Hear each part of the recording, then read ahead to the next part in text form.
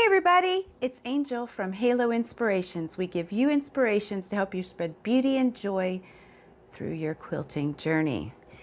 Today is something a little different. In the past, I've always talked about, I have a blog, I have a video, I'll put a link up here for you, on cleaning and maintaining your sewing machine, because we all love our sewing machine and you got to take care of it to make sure it works just the way you like, and try to relieve some of the frustrations that you can control by doing that maintenance. And being a new year, it just might be a great idea to take advantage of it, to start fresh and clean and ready by doing a little maintenance on your machine.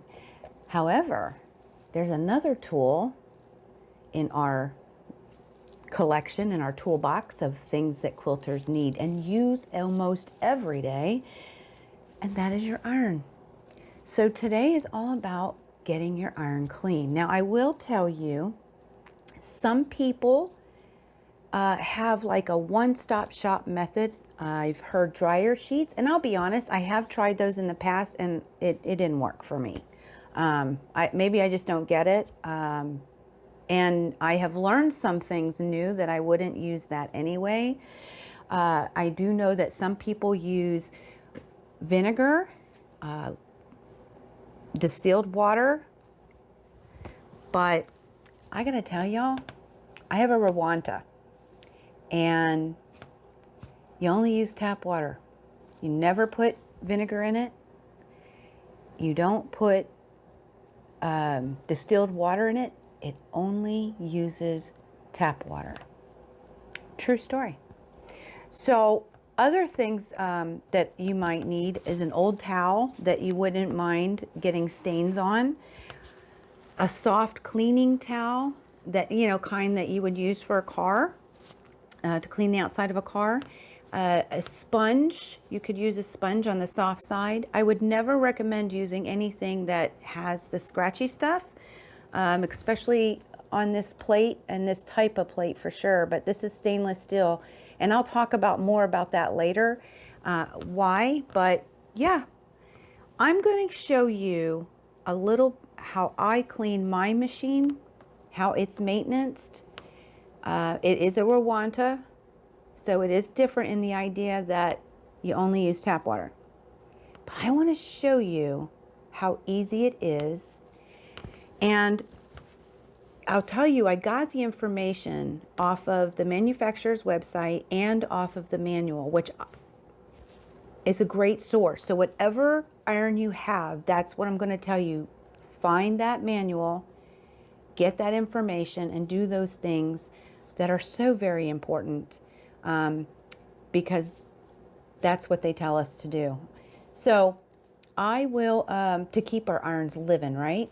So I'm going to go ahead and get this started. I'm going to see you over at the ironing board, and we're going to get my Rowenta clean. See you in a sec. Okay, I feel like a scientist again. I've already done this once. However, I'm going to do it again, and I'll let you see what I got out of it the first time. We're going to see what I get out of this the second time. So the first thing you want to make sure that you do is completely unplug your iron. The second thing, you're going to want to make sure that you're on the dry setting, okay?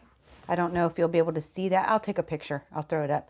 You put it on the dry, no steam setting.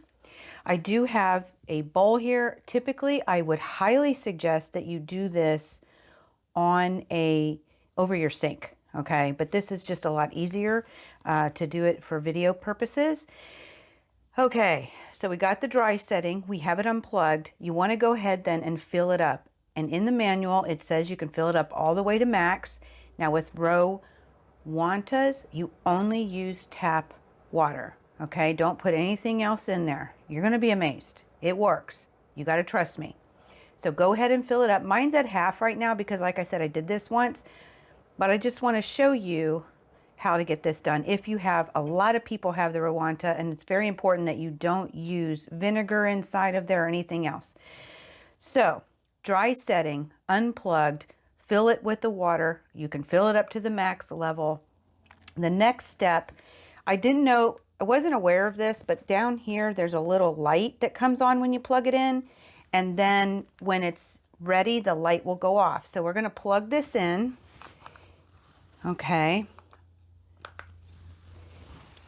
and the little light came on. I don't know if you'll be able to see that or not. Probably not, because I didn't even know it was there because it's not very bright. So light will come on and we will wait for just a second for it to go all the way. Whoop, it's steaming a little because I already did this once, if y'all remember. So I've got some things, and you can already see from the time I did it before, but it is in the dry setting. It's heating up.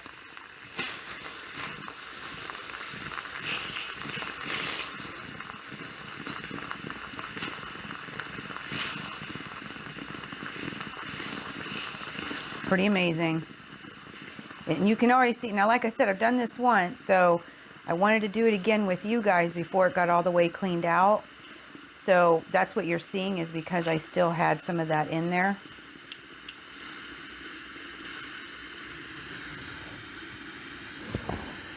And it's sitting in that area, so that's why I'm getting the steam, because normally my iron doesn't do this. So we're going to let it keep going just a bit. My light is still on.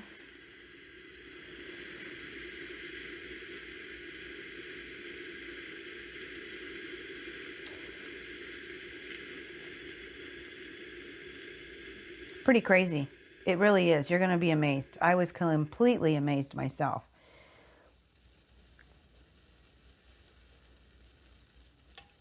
Okay, the light kicked off. So at this point, you unplug it.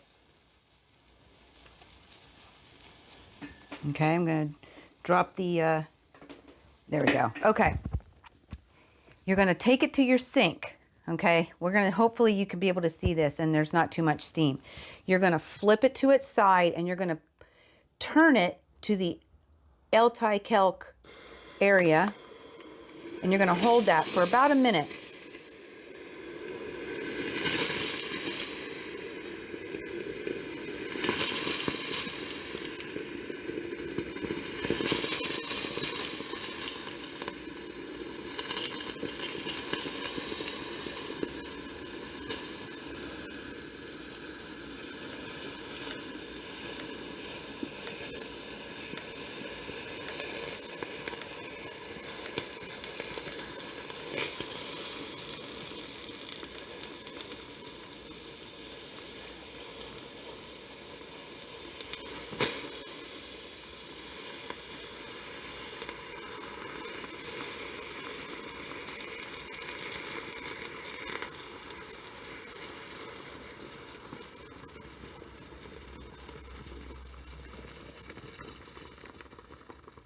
Okay, after that minute's up, you can let it go.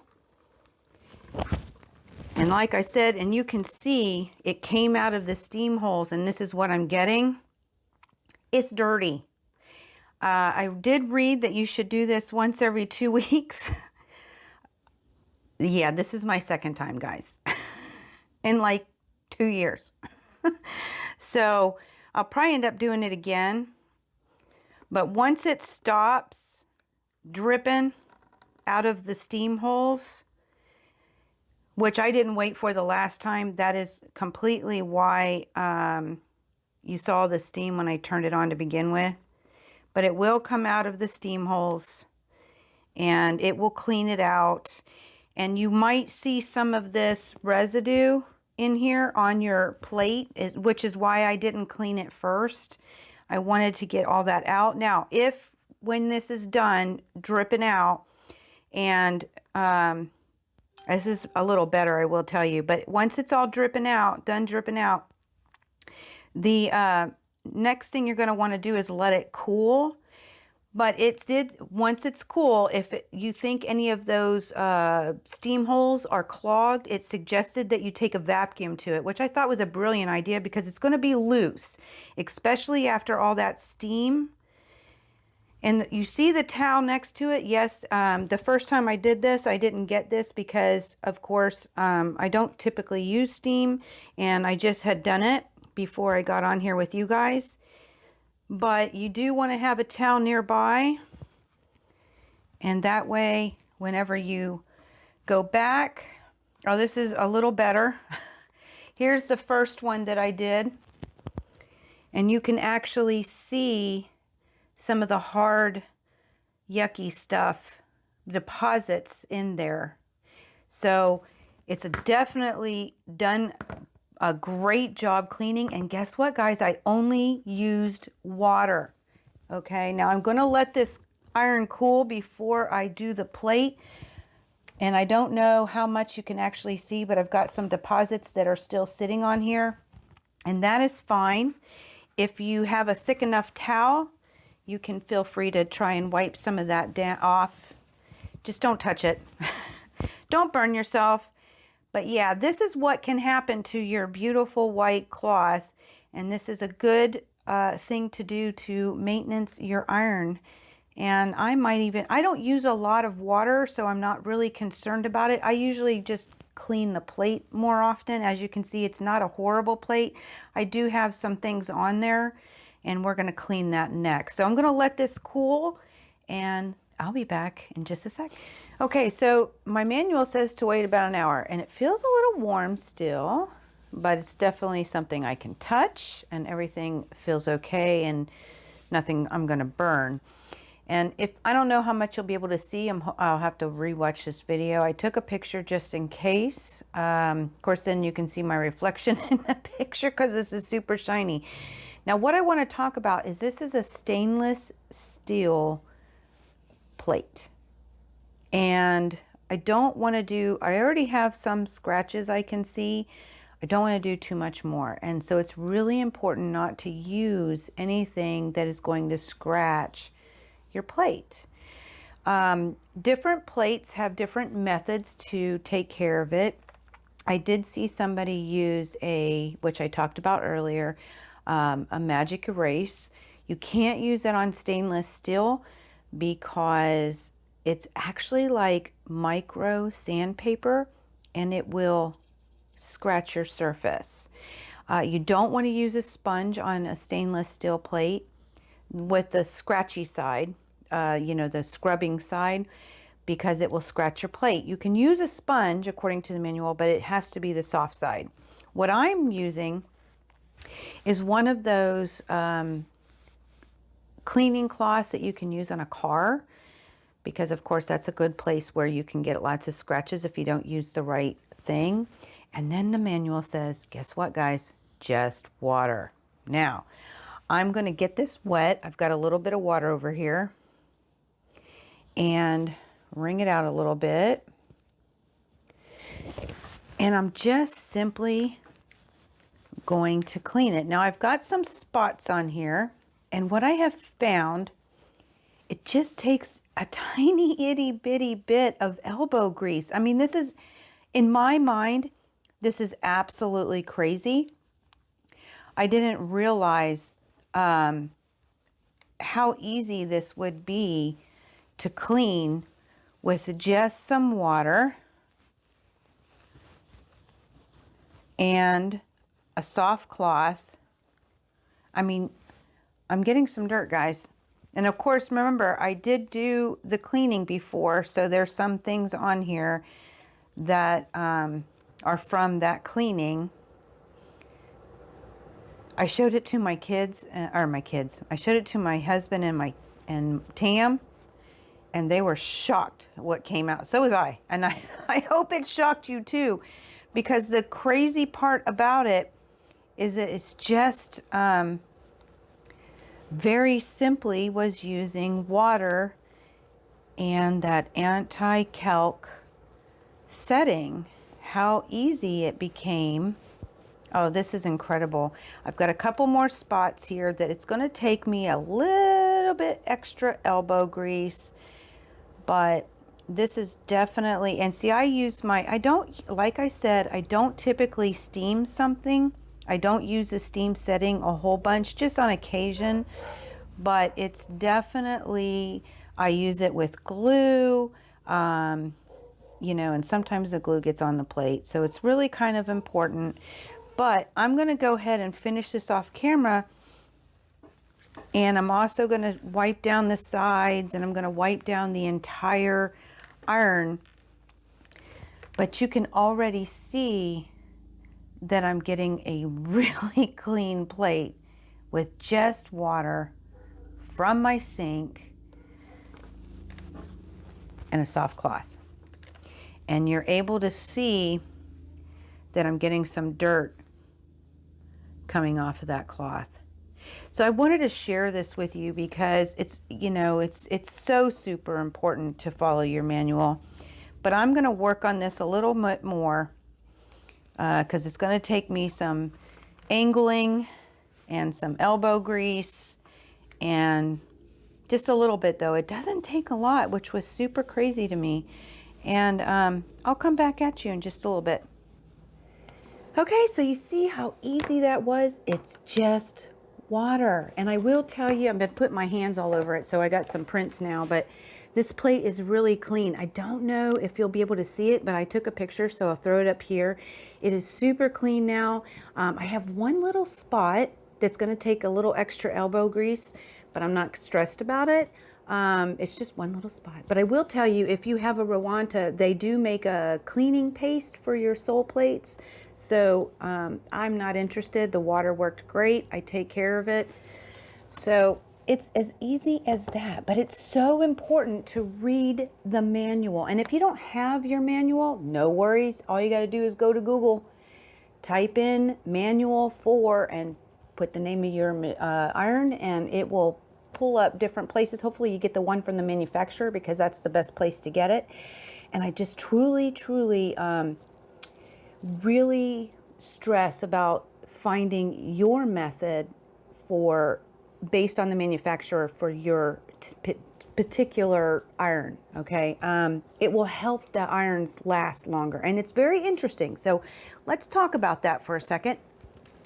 This little guy, a lot of us have one of these little guys. Mine's a steam fast. A lot of people might have Dritz or another manufacturer. This particular one only wants you to use distilled water inside. My Rowenta, it's only with tap water.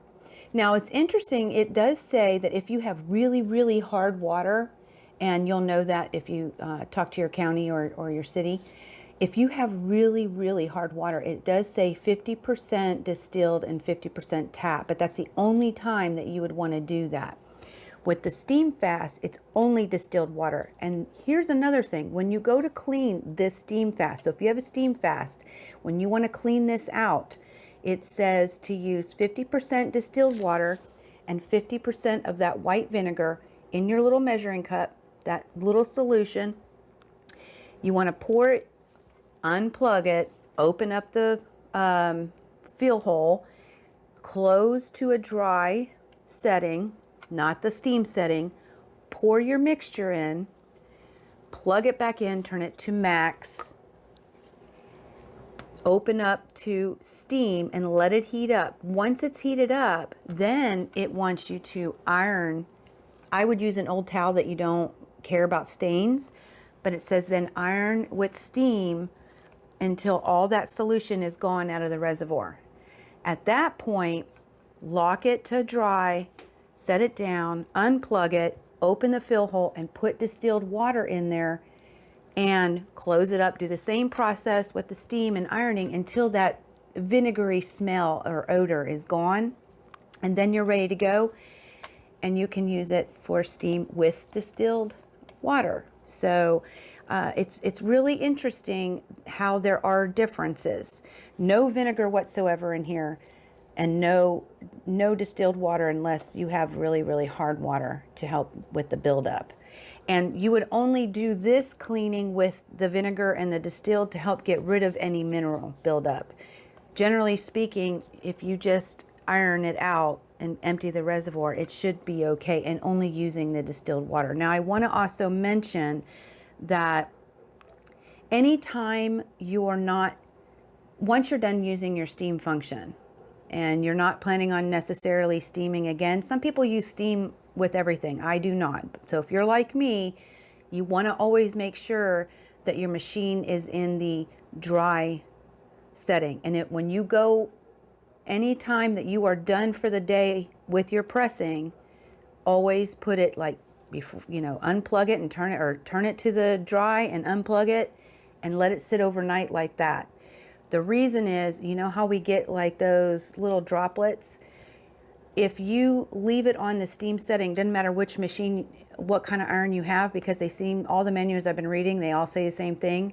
If you leave it in the steam and unplug it and turn it off and let it sit, those holes don't close. So when you go to iron, it will drip out onto your fabric. So just a little key indicator there. And as far as cleaning this steam fast, the plate, it again says do not use any kind of detergents, nothing abrasive or corrosive. Soft cloth and water, that's what it suggests. And I'm telling you, mine looks great. It's new, but I take care of it. So I would highly encourage you to check out your manual and see what they suggest, because that's what's going to help your machine or your iron last longer. Okay, get your manuals out. But that's all I got for today. I hope this was educational. I'm sorry there's not like a one-trick method that you can just simply follow. I wish there was, but each manufacturer and each iron has their own uniqueness, just like us. And it's important that we, appreciate the differences and do the things that are suggested to help our tools last longer, right? So that's what I got. And I will be on Facebook Live today at 3 p.m. Eastern Standard Time. Link for the Facebook page is down below. Love to see you out there, but I'll be there live to answer any questions that you may have. Love to see you there. I also wanted to just for a second remind people that we do have a newsletter. The link to join is down below. It's completely free. And I only email once a week. I have never emailed more than once a week, but there are times I really want to, but I haven't done that. And so, because I don't want to bombard your email with all kinds of emails. Some people love it, some people don't, but right now that's where we're sitting. You only get one email a week, and we'd love to have you out there. You might learn tips, tricks, you might learn about new products that are coming into the shop. You may find a specialized discount code for a limited time just to the Be Inspired newsletter subscribers. So come on out and join us. That link again is down below. If you have any questions at all right now and you're thinking about it, don't hesitate to drop them down below. If you have any suggestions or things that you have found, and always mention which iron that you have, pass that on, drop it down below in the comments, because we all read the comments, right? And we'd love to hear from you. But until next week, guys, or until later today at 3 p.m., may y'all continue to be inspired, productive, and joyful, and never stop making your dreams in quilting come true. I love y'all. See y'all next week.